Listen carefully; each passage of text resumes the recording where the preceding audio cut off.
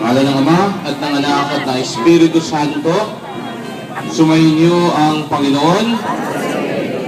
Dapat nga tayong magalak at magpasalamat sa Diyos Ama at kay Jesucristo ang anak niya.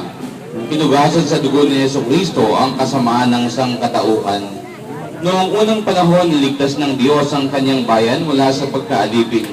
Itinawid sa dagat at inatid sa pangakong bayan. Sa buhang luwayway na ito, ating ipinagdiriwang ang paglaya natin mula sa pagiging alipin ng kasalanan at ang pagtawid ni Jesucristo. Kasama tayo mula sa kamatayan patungo sa kanyang pagkabuhay. Ipagdiwang natin ang dakilang pag-ibig ng Diyos na nagpasyang tayo tubusin at ang kanyang malasakit sa atin sa pamamagitan ng Jesucristo.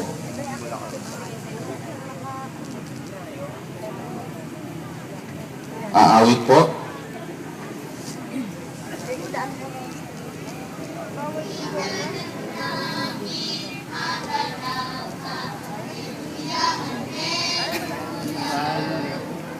Nasa kapag hindi masyadong lilipay yung iba niya. Ayun. Ay, bumuhos lang. Ganyan lang nangyayari. Dapat kasi ngayon palang ibubuhos yung ano. Yung bola ka na kayo. Parang, oo. Hindi yung ano. Naganit talaga yun. Sumakay kaya rin.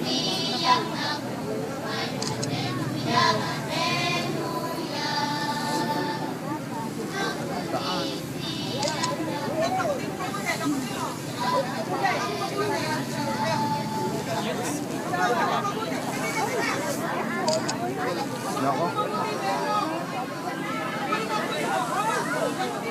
Nako, nagkapulit.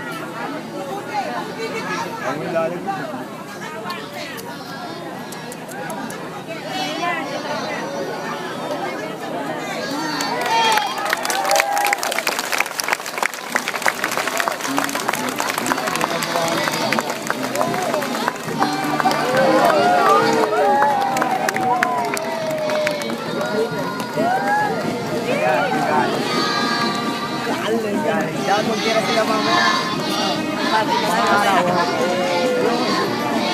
Manalangin tayo.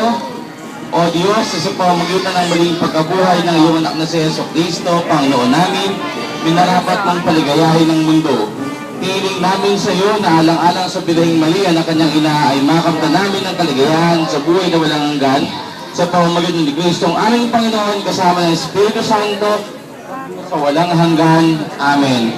Bilang ating pakikisa sa katuwaan ng ating mahal na ina at bilang pagsalubong sa maling pagkabuhay ng ating Panginoon, pasalubungan natin sila ng masigabong palakpakan.